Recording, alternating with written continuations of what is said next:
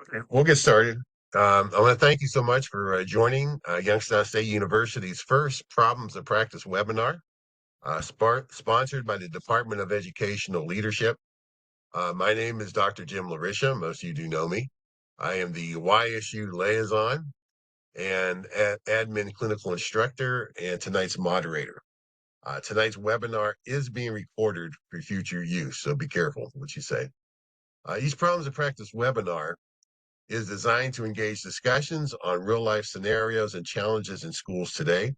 Each session features a keynote speaker. In this case, we're blessed with two, followed by collaborative problem-solving activities using the Dilemma Protocol. So at this time, I would like to recognize contributors behind the Problems of Practice webinar, and you can just wave. We have Dr. Jane Beese is with us, and also Dr. Chuck Jeffords. Our agenda and format will be as follows. Following my short overview, I will introduce our keynote speakers. They will give us a keynote address. Following that, I will present a dilemma scenario. After presenting the dilemma, I will place you in the breakout rooms for discussion. If our number stays where it is, we may just not go to breakout rooms, just stay together. But once we're done with the discussion, we'll just ask one person or two maybe just to share with us, report out what was the best way and what they've learned and how they handled the dilemma. We'll close the last 15 minutes, just question and answers and some closing remarks. So again, our goal is to conclude the webinar by 8 p.m. So you have the rest of the evening for yourself. So at this time, I want to talk a little bit about our keynote speakers before I introduce them. Before I do that, I should ask, are there any questions or any thoughts or concerns about anything here? Everybody could hear me, I would guess, because no one is telling me I'm muted, so I think that's a good sign.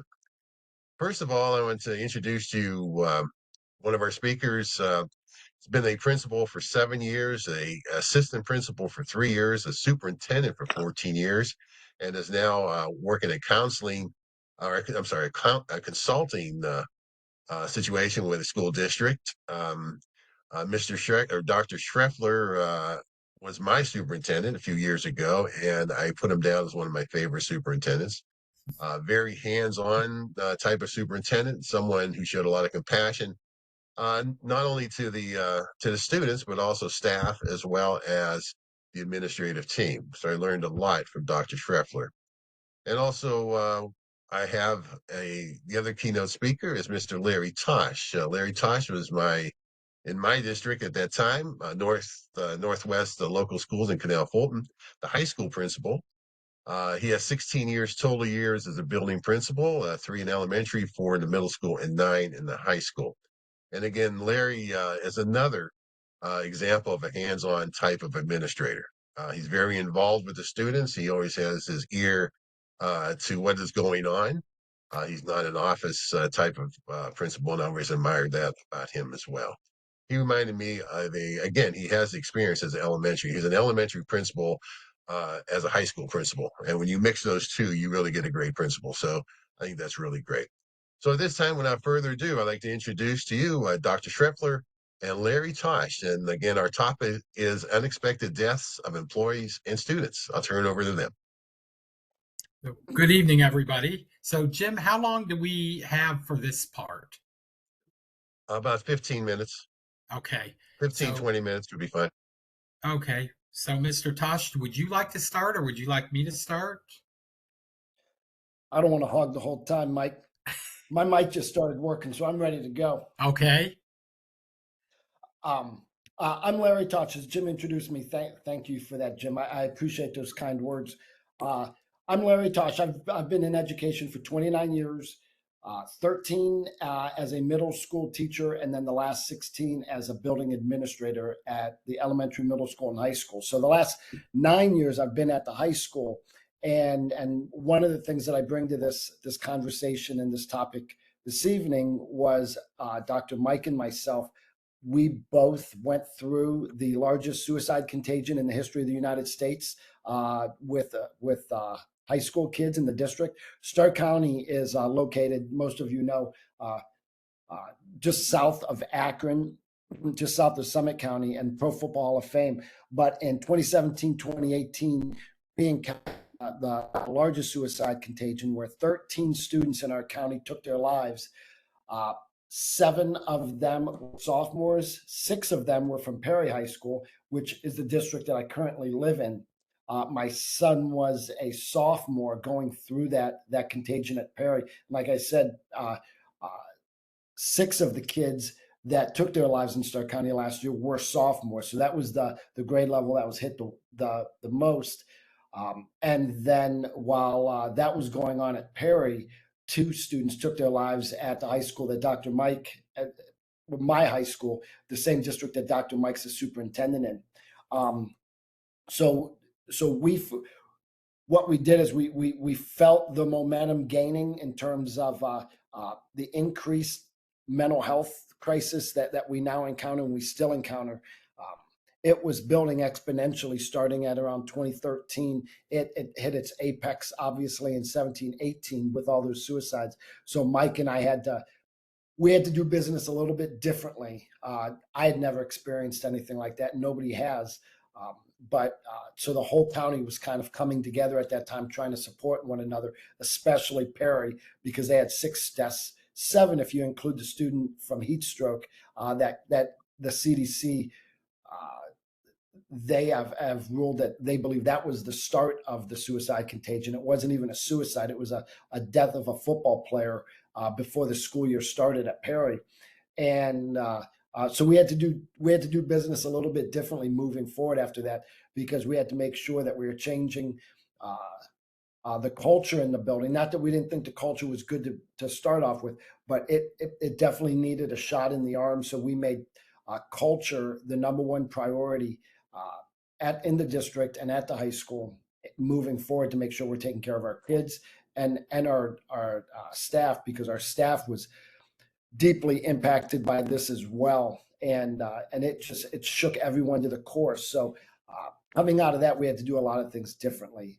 out of that suicide contagion. So I think that's where we're currently at. We're now 2025, and what we have started in the district now, and I'll share with you, Jim, and everybody else, is if any of you have read Dr. Haidt's book, The Anxious Generation, where he has somewhat identified the root cause of the mental health crisis that we have with our young people currently.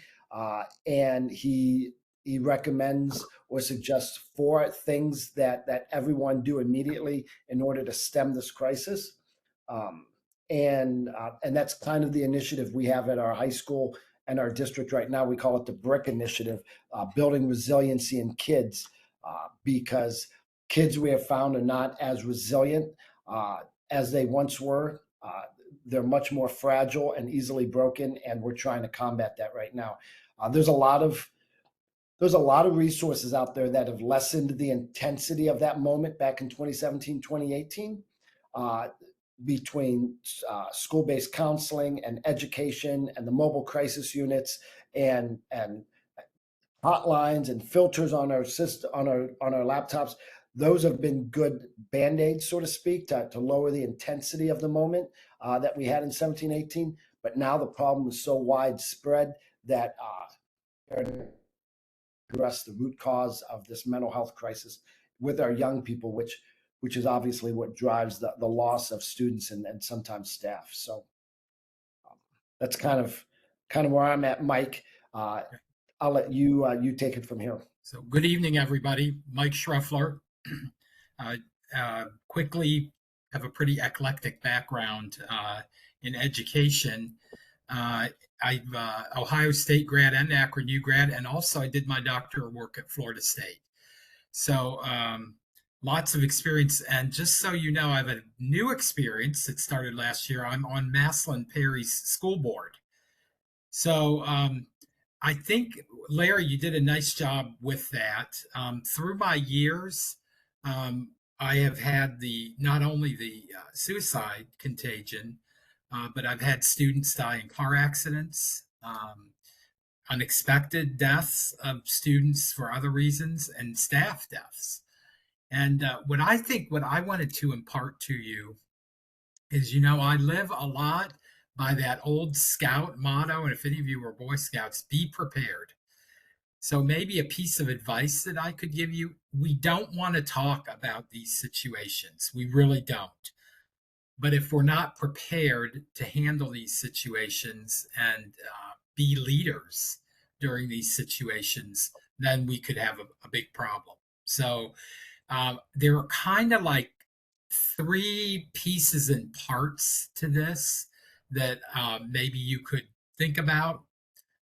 Obviously, the biggest piece of this is being a humanistic person for everybody involved.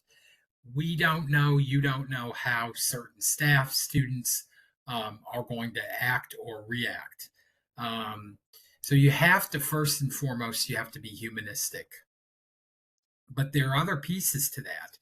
And the superintendent and more than likely the high school principal are going to be thrust right in the forefront. So you have to have a plan. You're going to have press knocking at your door.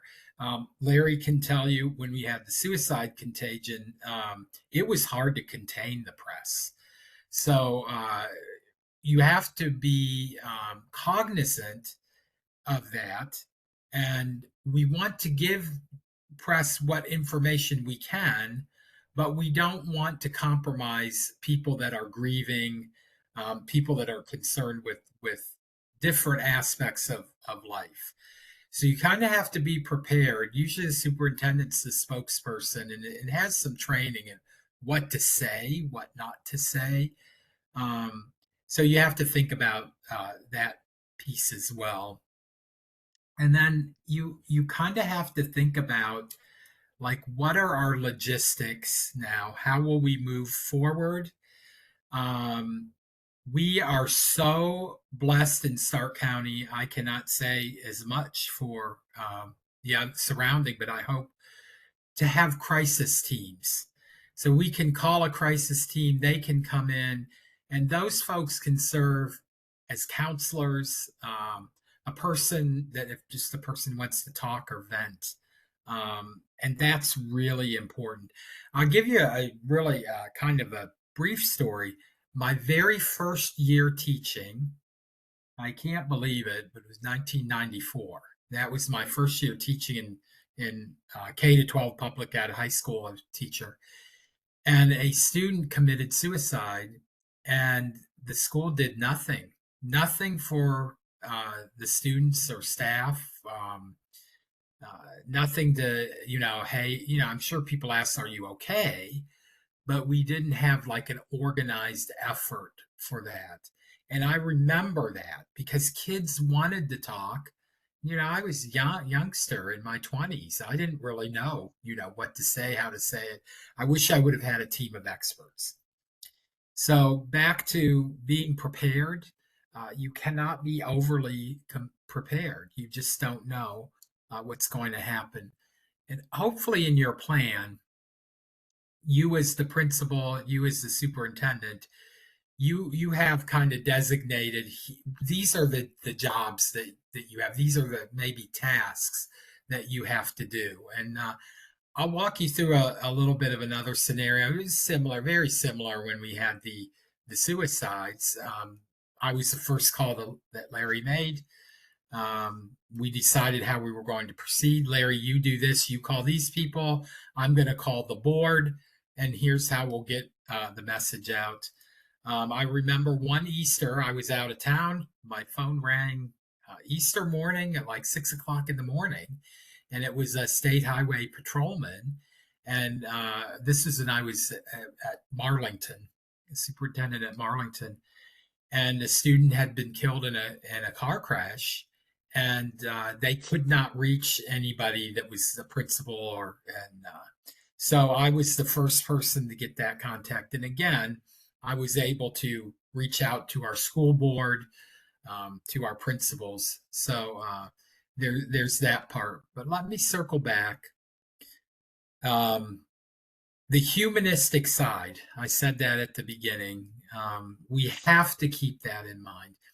And Larry and I talked about this during the suicide contagion. And one of the difficult pieces we had is the kids that we had were troubled kids. So there were issues with them. There were family issues. Um, Always went out to the family. Most of the time, the family welcomed us. They were very happy. Talk to the family. What do you need? What do you don't want to see happen? How can we support you?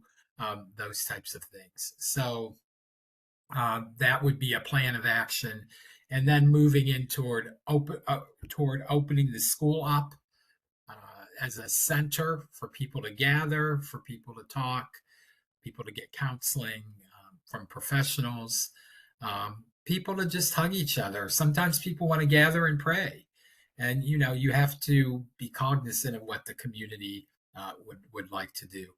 So so there's a whole process of being prepared, being humanistic, running interference, and then kind of being the person. No, you're going to be the person that people are going to look to for leadership. So that's, I would say, in a nutshell, that's kind of the nuts and bolts pieces of it. The district I'm working with, I'll just share this, and then I'll see if Larry has anything to add there here at the end. The district that I'm working with now, I'm doing some consulting work for Springfield district in Springfield, Ohio. Last year, on the first day of school, there was a bus accident, and unfortunately, a student was killed in that bus accident. And that set the district really at a loss. I mean, it was, as you can imagine, how that, so they had to be ready to talk to parents. Where do parents go? Where do other students go? What are we allowed to say at this point? And law enforcement helps you with those things. But I'll tell you, it's not the sole reason, but it's one of the reasons the superintendent ended up leaving. And the district is still reeling from that. So as you take on the responsibility of being a school administrator, there's many things that maybe you didn't read about in a book, or maybe you didn't talk about in class. So those are important things to realize and to think about. So, Larry, what did I miss? What brings up?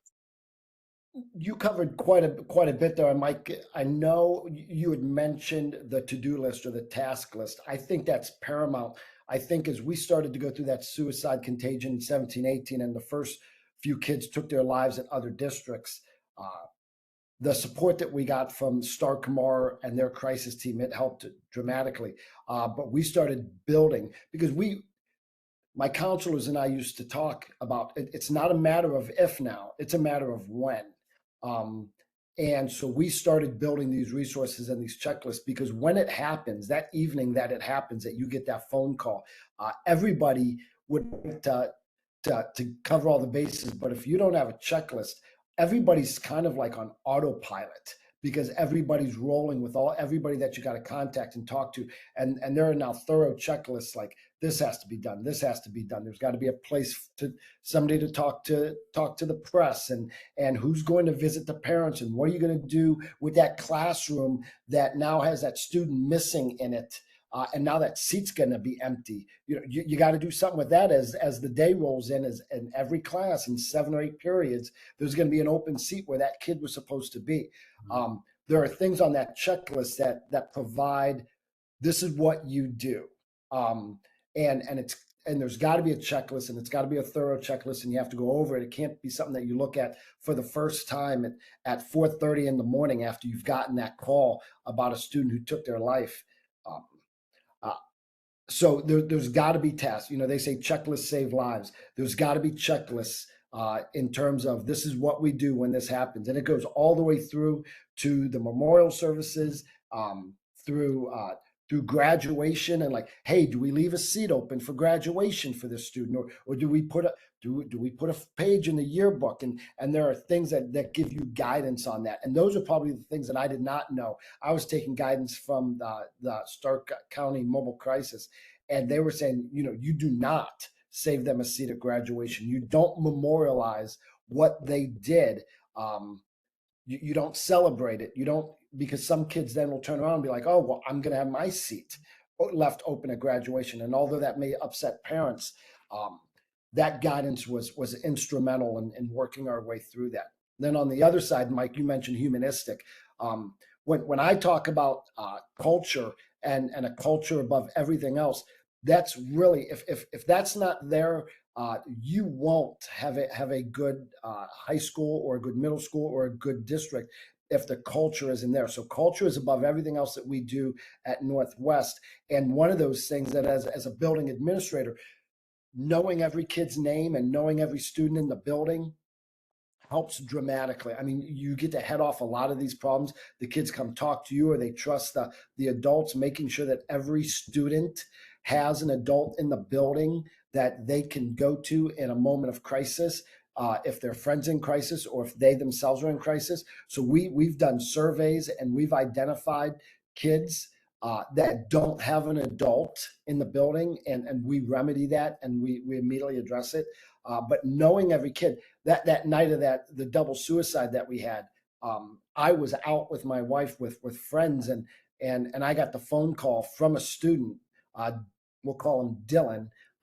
And I stepped outside and took the phone call, and he was actually at the scene. They had done something on Instagram. They said goodbye. He went out in the woods, found him, and I was the one on the phone with him as he's sobbing on the phone. So having those relationships where the kids feel that they can call an adult, I think those are crucial as well. So the humanistic side of it, and then also the ability to fly on autopilot when it actually does happen. Really Thank you, good. Dr. Mike. And Yeah. I'm sorry. Just really, really good points. And just quickly before we break out, we did address if you're familiar with 13 Reasons Why that was on Netflix, we did get together and put out information so that parents knew this series was out there, and then they could kind of deal with it at home. So someone asked, that's a good question. We did work with that. Okay, we're gonna continue to address that question. Marcella had a question about a Netflix series called 13 Reasons Why, and it was aired back in March of 2017. So we'll get to that as well when we do a recap of what we're going to do tonight. So thank you so much, Dr. Mike and Larry. Again, I knew you'd be great. You showed a lot of wisdom and compassion on what happened, and you have a lot of good insight and a lot of good wisdom to share with the rest of us as we continue on tonight. So our next step is we're going to come up with. I'm going to share with you a dilemma, and let's see if I can do it right in learning how to share this. Okay, I can't find it. Share the content. What do you want to share? I'll tell you.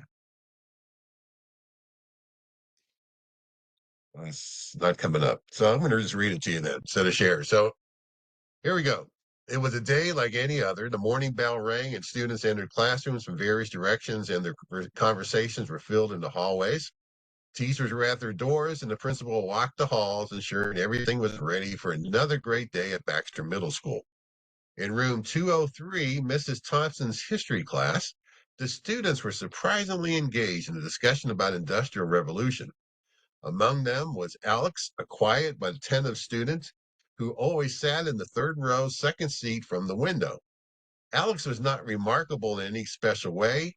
He was neither the top of the class nor a troublemaker. But as the lesson progressed, Mrs. Thompson noticed Alex resting his head on his desk. Assuming he was merely tired from late night studying, she let it pass. The minutes ticked by and the class continued. Alex's classmates occasionally glanced in his direction, but thought nothing of it. It really wasn't unusual for someone to fall asleep in her class. Meanwhile, Mrs. Thompson, concerned by Alex's stillness, decided to check on him. She gently shook his shoulder, calling his name softly. There was no response. Her concern deepened, and she called for the school nurse. The nurse, a calm and composed woman named Mrs. Carter, arrived promptly. She checked Alex's pulse and immediately realized something was terribly wrong. The room fell silent as she called 911. The paramedics arrived quickly. They carefully lifted Alex onto a stretcher, but it was clear to onlookers he was not breathing. The students were ushered out of the classroom, and the door was closed behind them. You are the only administrator in that building. What do you do? So I'm going to put you in breakout rooms. Hopefully I do this correctly. And if I don't, we'll be back, obviously. And we'll give you about 10, 15 minutes to talk about it. I'm going to put Dr. Mike in one and Larry in the other. So let's see how we're going to do this. So we're going to go with 2 breakout rooms.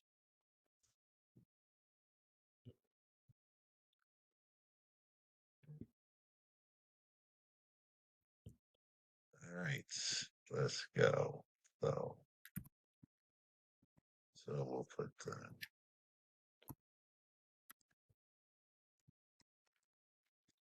in meeting 1, we're going to have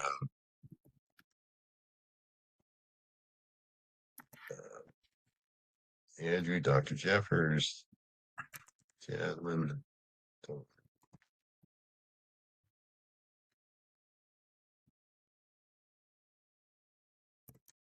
Oh, I think we got it.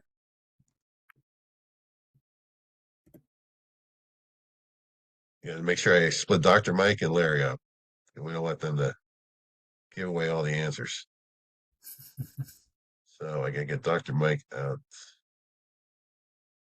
I think we got it. Yep, we're good. All right, so we're gonna start the breakout room. Hopefully this works. And again, we'll regroup in about 10, 15 minutes. If we could have just one person be willing to share what you would do if you were the administrator, or what your team decided would be the best actions if you were the principal, the only principal that had to deal with that.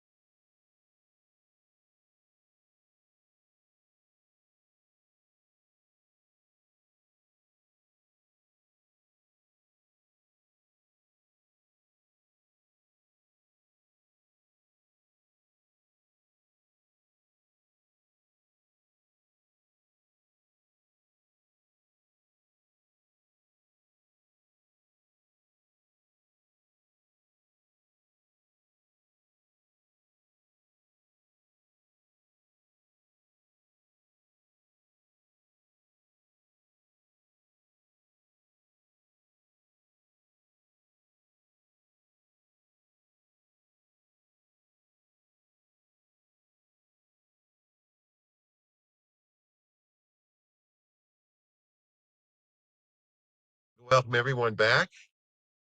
I'm sure discussions were really well spoken, and I heard a couple of them.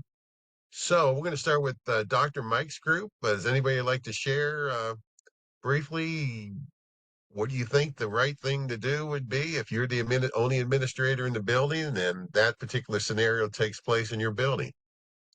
Anyone from Dr. Mike would like to share what they gathered from your time together in your little think tank time?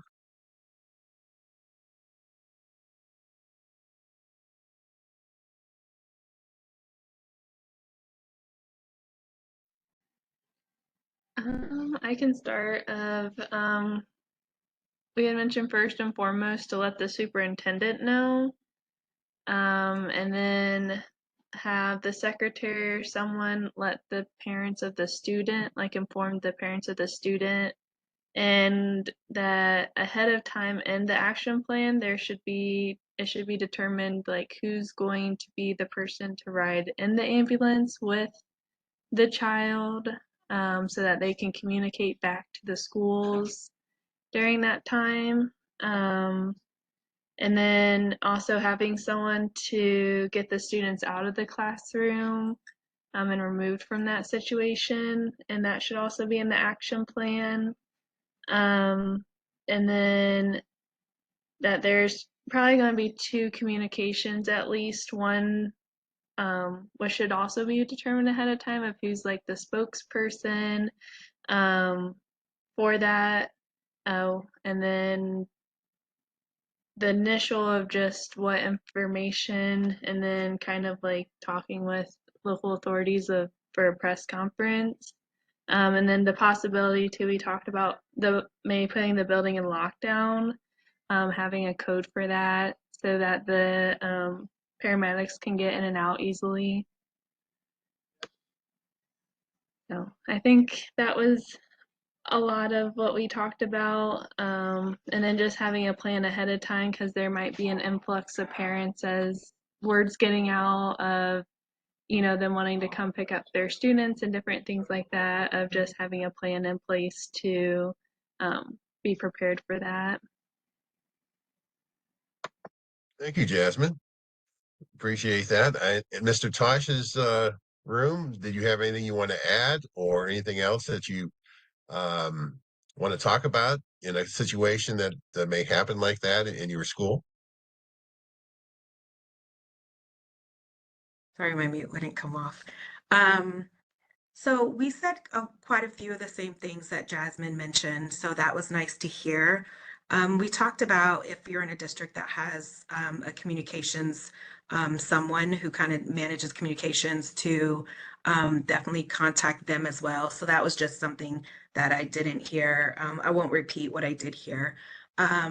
But then we talked about messaging. It's important to get in front of messaging so that we curb any rumors that come out, but also to be respectful of what we're seeing. So we need to be able to identify like what messaging are we sharing with teachers at the end of the day, maybe a stand-up meeting with what we can share, and then also being prepared to talk about how do we support if in fact the student did pass away by the time they got to the hospital and were declared deceased, then we would then have to also be prepared for how do we message, what do we do in the morning, how are we going to share that messaging to the students in that class, what is our plan going to be, are we going to have support set up that would be, are we having our school counselors, school social workers, if there are any, our mental health partners, our clergy, whom are we going to have come into the district in an identified space, whether it's the library or somewhere where something is set up where kids who are truly impacted by this loss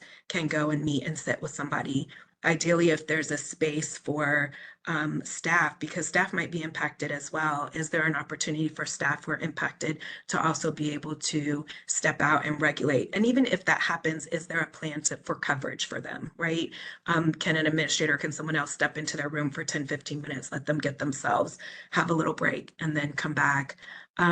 But then we talked about a lot of things, like not just like the immediate, which is going to be so many steps happening at one time, but also kind of looking at that, you know, further out. Like, how are we going to, there are some kids, I've seen it, who get very territorial about a student's seat.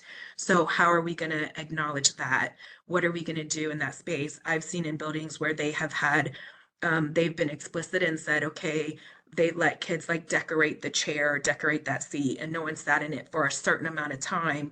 But then they did put like an end time for when this might not continue. Maybe it doesn't continue for the end of the year, but you're preparing kids who might be impacted by just having someone sit in that seat right away. Same thing I've with teachers or school counselors, I've seen people get upset. A school counselor passed away, and within 24 hours, they had another counselor in her space, and the building didn't do well with that. So, kind of thinking about those other things down the road and how those impact at the end of the year, if they're having ceremonies where they're acknowledging, if it's an 8th grade, you know, transition ceremony, are we doing an honorary something for that student? One of the things I thought was really impactful was talking about how when students die or staff die, when students die in a school, it impacts us if it's our student. But ultimately, the school day resumes, our schedules resume, testing still comes around, all those things still happen. But for that family member, it's so real for so long. So one of the things that we talked about is how amazing it is when the buildings like don't forget. When at graduation, the administrator is still going out to the family's house or acknowledging this, or the family's getting a card at Christmas or something, and it might be a year down the road. But just like the power of, I think you had said earlier, just being that humanistic part, that the power of our presence as school leaders is more impactful than sometimes we even recognize to those families when they know that we cared about their student. And we show that by little ways of just continuing to let them know as appropriate that we did not forget. And we still acknowledge the life of their child. So we talked about a lot of things. We went a lot of directions because there's so many ways we can go with this. But Jasmine hit on a lot of those things. And then that, I mean, if anyone in the group wants to say anything that I might have forgotten, please do.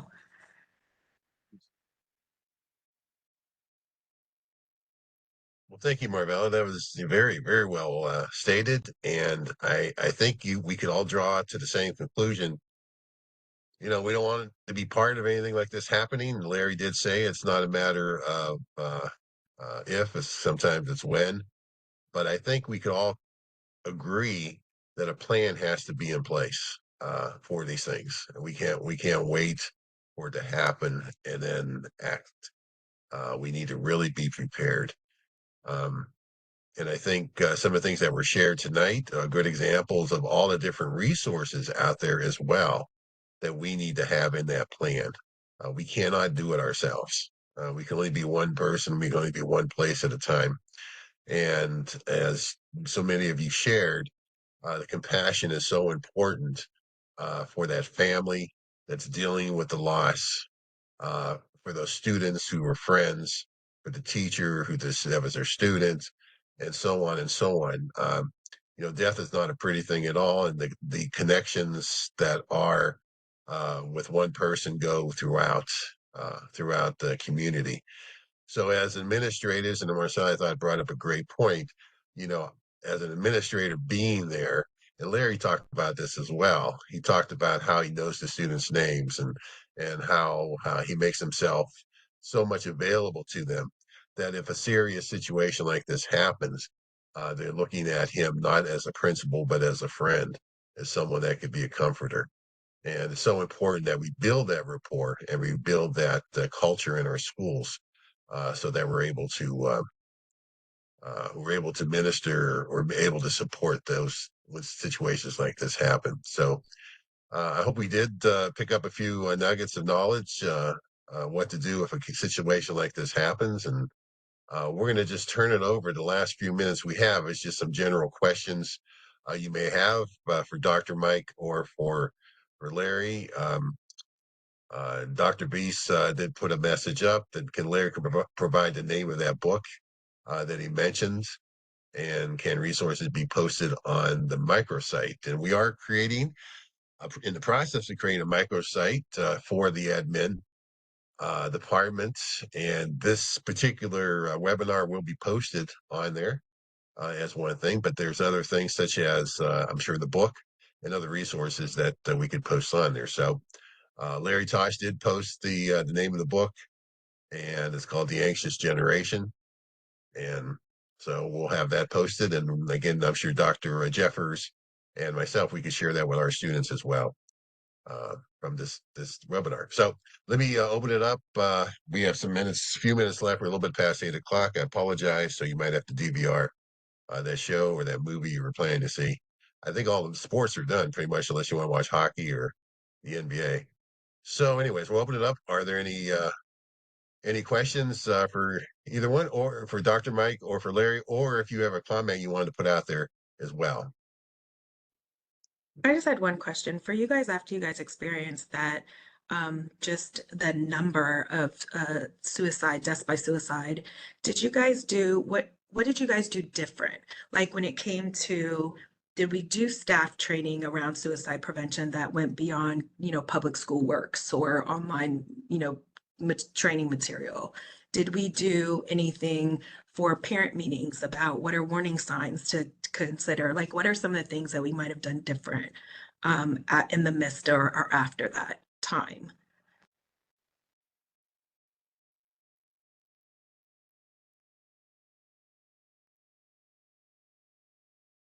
Dr. Mike, you're muted.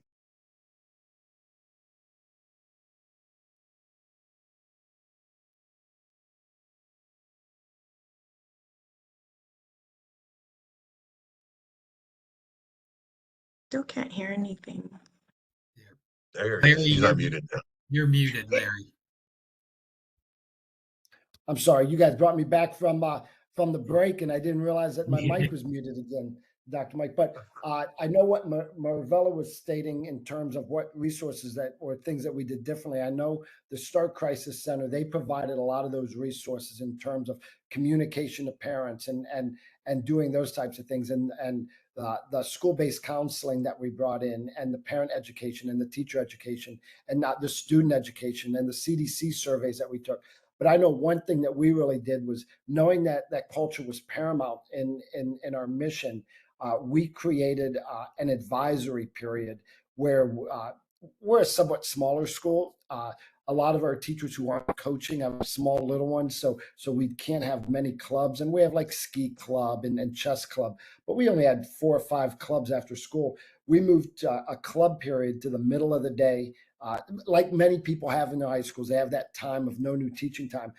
We call it advisory period, and we bring anywhere from 8 to 10 clubs per day during those 29 minutes, which provides us a total of anywhere from 45 to 50 different clubs that we can offer to our kids that the teachers are advisors to. We have everything from yarnology to Girls Who Code to murder fiction and everything you could dream of. We have that club at our school. That's all a beard though. The real reason behind those clubs were to get kids in small groups with adults, so that those students would be connected to at least one adult in the building, that if they were in trouble or if they knew of a friend that was in trouble, that they could go to that adult. This whole 29-minute advisory period, and packing in 29 or 50 clubs that the kids come up with half of these. We just get an advisor and we roll with it. But it's all a beard. We're building relationships with those kids to try to spearhead and head off any tragedies. Good point. We did and continue to do a lot of parent education too. You can't always get the parents in, but we've relied on our resources to do that in lots of different areas. Thank you. You're welcome.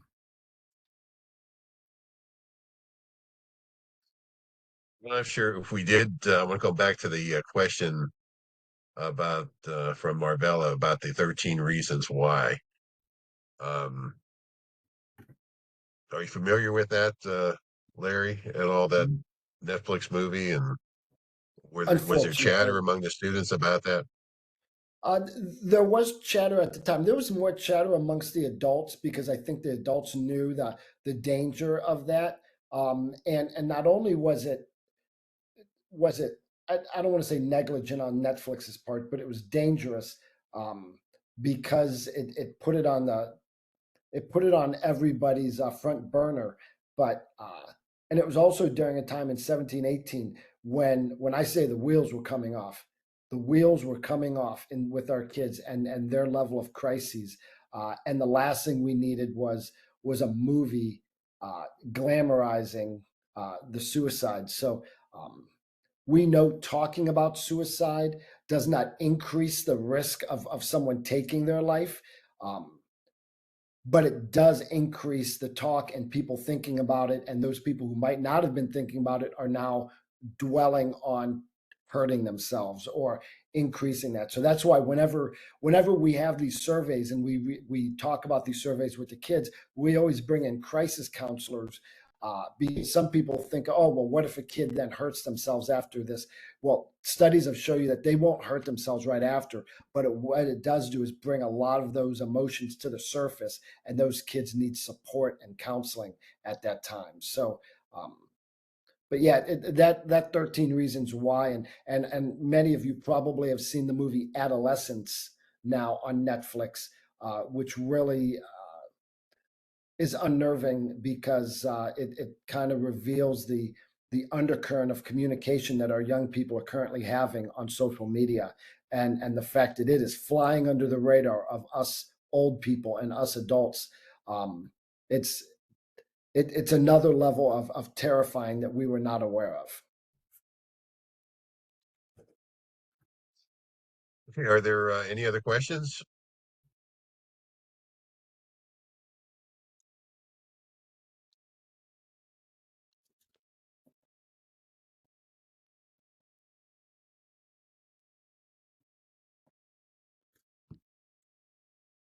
Okay, well, again, Larry and Dr. Mike, I thank you for spending your evening with us. And again, much wisdom, much knowledge. And unfortunately, you did have to go through those situations. But as I always believe, God has a plan and He allows us to go through things for a reason.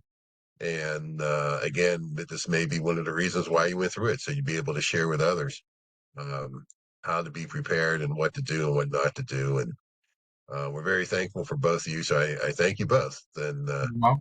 again, I forget how we did it in COVID days, if we clapped or we thumbs up, or I'm not sure what we did. But anyways, we want to give you all a special thanks. Thanks for your time and your effort and your great wisdom. And Dr. Mike did post his email address. I'm sure Larry wouldn't mind. Again, if you have questions for Larry, he'll have his email address posted as well. And again, they're always so. There you go. There's the hand clap. So Dr. Beast is on it. So we're, they're happy, I'm sure, to share with you. They're very personable people, as you could already tell from our short time together. So again, I'd like to thank Dr. Mike and Larry. Also, like to thank Dr. Beast and Dr. Jeffords. We do have stakeholders, a stakeholders committee I want to thank. Some of them were able here to participate. Andrew Smethers, I think you met Andrew. Wendy Hartzell, I'm not sure if she joined. Monica Price, Carol Sutton, Lindsay Slater, Mark Scott, AJ Calderon. Again, we like to thank them as they're on our stakeholders committee, and they come up with a lot of these great ideas on how we could better prepare our students to be administrators. So be on the lookout for our next problems of practice. We will choose from the topics you indicated as of interest from the registration form that you completed earlier. We gave you some choices. And if you come up with some other ideas, and you just think, hey, maybe we could talk about that, make sure you send that to me. Most of you do have my email.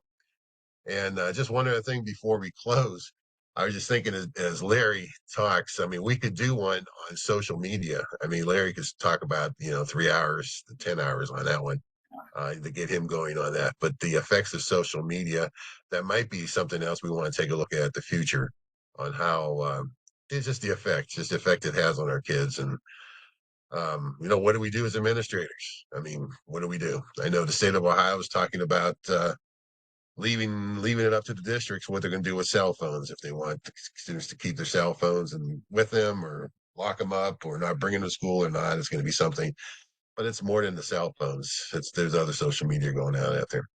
So anyways, that's something to talk about. So I will send each one of you a link, which is our exit ticket. It's very important for you to do that for us. I know you get a whole entire, maybe we could stretch it to an hour and a half to maybe 2 hours of contact hours, your yippy dippy.